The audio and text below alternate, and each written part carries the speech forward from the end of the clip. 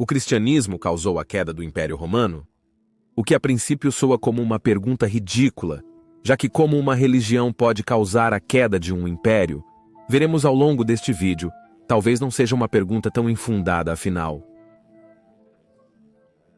Já que devemos observar que não muito tempo depois do cristianismo se tornar a religião oficial do Estado do Império Romano, o Império Romano do Ocidente caiu, na verdade apenas cerca de 80 anos depois. Então existe uma relação causal? Vamos tentar ser objetivos aqui e encontrar evidências que apoiem essa teoria, mas também evidências que a contradizem, para que possamos descobrir se e quanto o cristianismo contribuiu para a queda do Império Romano.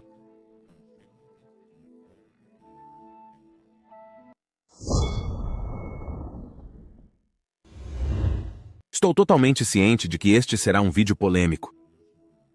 Eu percebi que os vídeos em que eu critico o cristianismo primitivo são sempre os vídeos com a pior proporção de curtidas e descurtidas.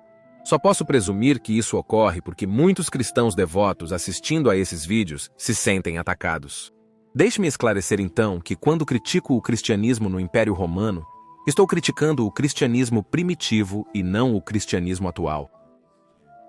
O cristianismo de 1600 anos atrás era uma criatura muito diferente do que essa religião se tornou em nossos tempos modernos. O cristianismo atual se tornou uma religião bastante pacífica e, portanto, minha crítica deve ser vista em um contexto histórico, como era no final do Império Romano e não como é agora. Dito isso, vamos começar.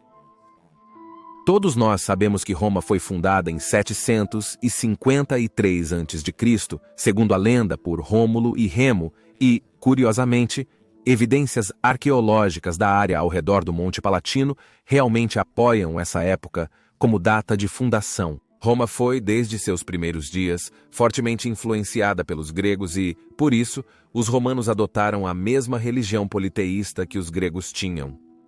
Portanto, todos os deuses romanos eram basicamente cópias dos deuses gregos clássicos, apenas com nomes diferentes.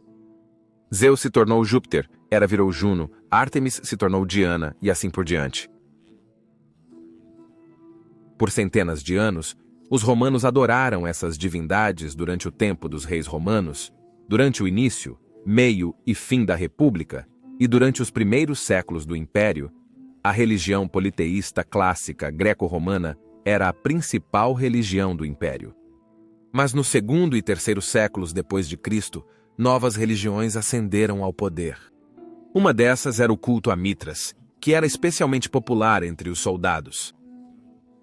Outro era o culto a Sol Invictus, também muito popular entre os soldados, e o próprio Aureliano tentou tornar esta a nova religião dominante do Império no final do século III. E claro, o cristianismo. O cristianismo era especialmente popular entre as classes mais baixas, pois prometia a libertação dos sofrimentos da vida atual por uma vida eterna em perfeita harmonia. Compreensivelmente, isso atraiu as classes mais baixas que normalmente não desfrutavam dos melhores estilos de vida.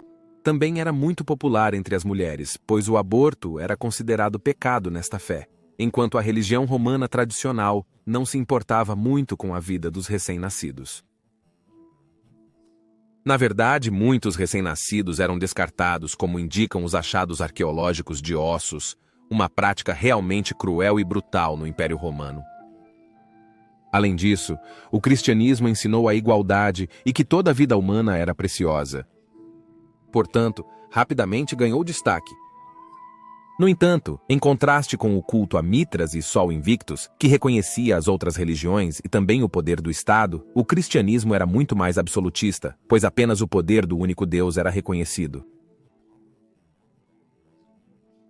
Isso criou muita tensão com as autoridades romanas, que frequentemente se manifestavam em perseguições generalizadas a cristãos. Isso acabaria por ser um dos maiores erros que os romanos já cometeram.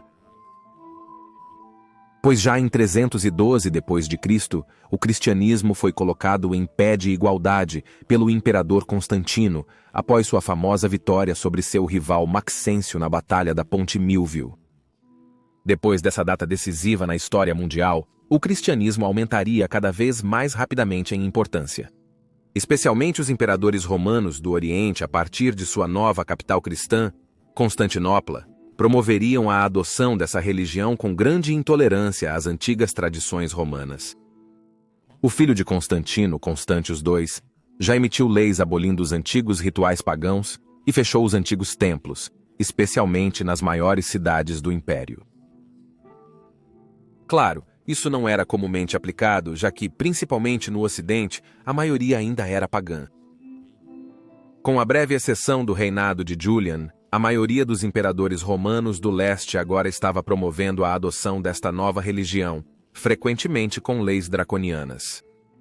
Isso culminou no Edito de Teodósio de 384 d.C., que oficialmente tornou o cristianismo a nova religião do Estado do Império Romano. E apenas cerca de 90 anos depois, o Império Romano do Ocidente caiu. Coincidência? E por favor, curta este vídeo e se inscreva para não perder nenhum vídeo futuro sobre a fascinante época do final do Império Romano. E por favor, considere apoiar nosso trabalho na plataforma de financiamento de mecenas ou através da associação ao YouTube, pois a sustentabilidade de longo prazo deste canal realmente depende do seu apoio. E temos um novo apoiador do Sol Invictus, Patrício. Muito obrigado, Patrício, por apoiar este canal de maneira tão generosa. Nós também temos um novo apoiador do César, Gordon SH24. Obrigado também, Gordon, pelo seu incrível suporte. Eu não posso agradecer vocês o suficiente, e é claro que agradeço a todos que estão apoiando este canal, seja através da plataforma de financiamento de mecenas, da associação no YouTube ou das doações pelo pagamento eletrônico PayPal. Muito obrigado, amigos. Desde tempos imemoriais, havia uma antiga profecia no Império Romano que, enquanto a Câmara Sagrada estivesse acesa no Templo de Vesta no Fórum Romano de Roma, o Império Romano nunca cairia. Pela última vez, a chama de Vesta ardeu em 391 d.C., 391º sob o imperador romano do Ocidente Eugênio, que era muito tolerante com o paganismo e suspeitava-se ser um pagão secreto. Mas após Eugênio e seu magister Militum Arbogasto serem famosamente derrotados na Batalha do Rio Frígido em 394, Teodósio ordenou que todos os templos pagãos de Roma fossem fechados, e assim também foi extinta a Ordem das Virgens Vestais e a chama de Vesta apagada para sempre. Então, é apenas uma coincidência que pouco tempo depois os enormes infortúnios para a cidade de Roma e para o Império Ocidental começariam? Primeiro, vamos analisar os argumentos que contradizem essa teoria. Primeiro, deve ser notado que posteriormente imperadores romanos muito bem-sucedidos eram cristãos. Justiniano e seu general muito habilidoso, Flávios Belisários, eram cristãos. E Belisários obteve vitórias incríveis, chegando perto de restaurar a extensão anterior do Império Romano. Ou Basílio II, que também conseguiu mudar o rumo e aumentar muito a extensão do Império Romano do Oriente, quando estava em declínio por centenas de anos antes disso, também era um cristão devoto. Então, devemos notar que o cristianismo não levou a um declínio no vigor marcial. Às vezes, o fervor religioso poderia até trazer vitórias, como observado especialmente nas batalhas de Constantino. Disse que o zelo cristão das tropas de Constantino trouxe a vitória contra Licínio, embora, é claro, devamos ter cuidado com tais relatos, pois a maioria deles vem de escritores cristãos como Eusébio ou Lactâncio. Também deve ser notado que durante o período do final do Império Romano, muitos cristãos serviram nos exércitos, e muitos dos foederati, os soldados bárbaros aliados de Roma, já eram cristãos. Também deve ser mencionado que Estílico, Constantino III e Magório, que conseguiram defender e estabilizar o Império Romano do Ocidente, eram cristãos. Especialmente no tempo de Majoriano, a maior parte de seus exércitos era formada por federados cristãos, e eles alcançaram grandes vitórias. Portanto, devemos notar que os exércitos romanos cristãos do final do Império não eram menos eficazes do que os pagãos. Mas o cristianismo enfraqueceu o Império, no entanto, de outras maneiras além das que normalmente esperaríamos. Um efeito muito perceptível foi que a intolerância do cristianismo em relação ao paganismo frequentemente levava a confrontos violentos e, assim, a uma crescente polarização da sociedade, especialmente no Império Oriental. Por exemplo, fanáticos zelotes cristãos invadiram o Serapeion de Alexandria em 392 d.C. e destruíram muitas estátuas e templos antigos. Houve combates e mortes intensas entre cristãos e pagãos. Podemos ver, portanto, que a transformação de um império pagão para cristão não foi pacífica em todos os lugares. Confrontos violentos como esses também ocorreram em outras grandes cidades, especialmente do Império Romano do Oriente. Mas nesse processo, os antigos valores da sociedade foram revirados e, assim, a coesão social enfraqueceu. Essa polarização da sociedade, obviamente, não foi benéfica em um período em que as invasões bárbaras começariam. Em vez de se unirem sob uma bandeira comum, os romanos frequentemente se dividiam em dois campos opostos, assim, caindo diretamente nas mãos dos invasores germânicos.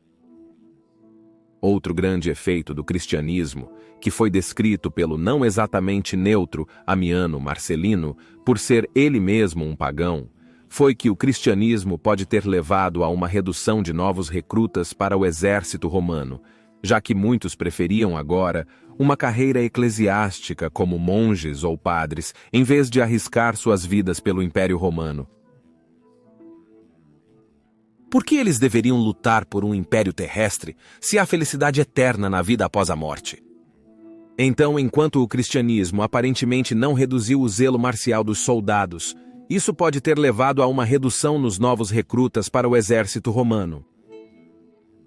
Outro efeito que o cristianismo certamente teve, e isso é atestado pelo próprio imperador Majoriano, que era cristão, é que isso levou a uma queda nas taxas de natalidade.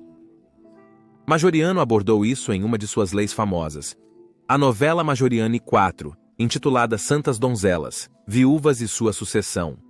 Aparentemente, muitas mulheres cristãs estavam assumindo votos religiosos de castidade para proteger a riqueza da família, de modo que ela não fosse transmitida em dotes ao se casar. Mas essa prática, é claro, levou a um declínio no número de nascimentos. Majoriano procurou resolver esse problema proibindo essa prática. No entanto, como sabemos, isso aconteceu bastante tarde, em 458 d.C., e Majoriano, infelizmente, não reinou tempo suficiente.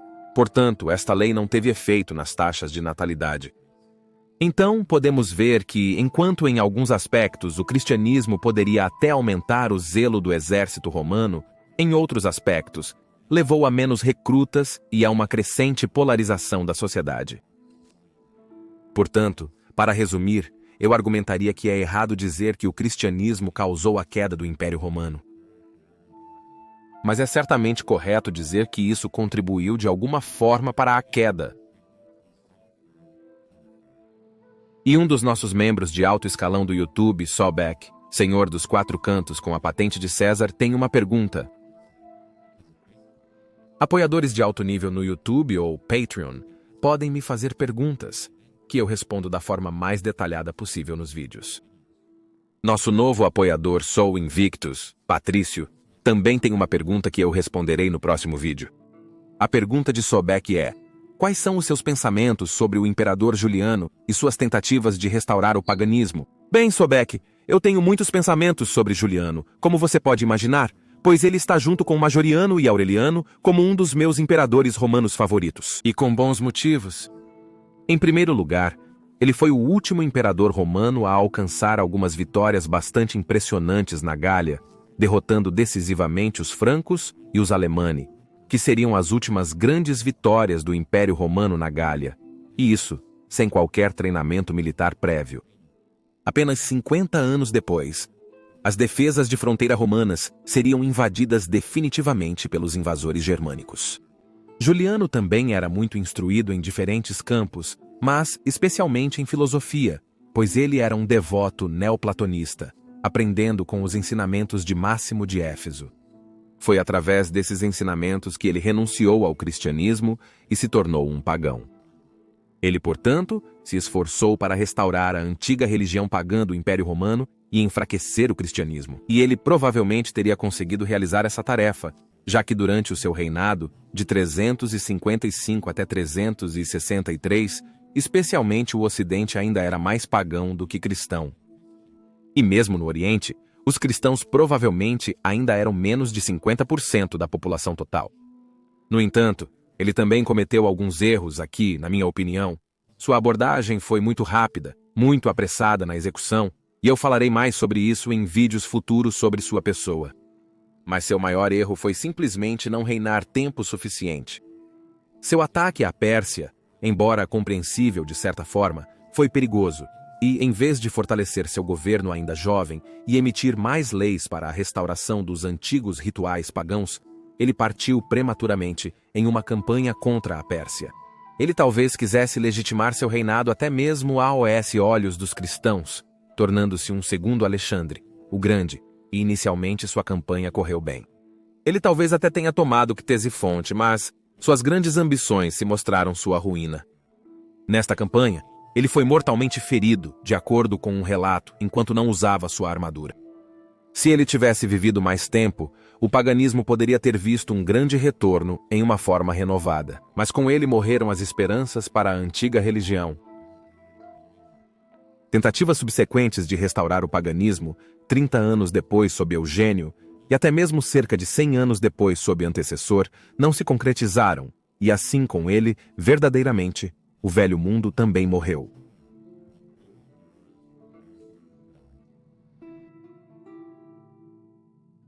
E se você estiver interessado em aprender mais sobre a longa e lenta morte do paganismo no Império Romano, você pode assistir a este vídeo aqui no canto superior direito. Mas, se você estiver mais interessado em como Antêmio quase teria reaberto o templo de Júpiter em Roma, em 470 d.C., você pode assistir ao outro vídeo no canto inferior direito.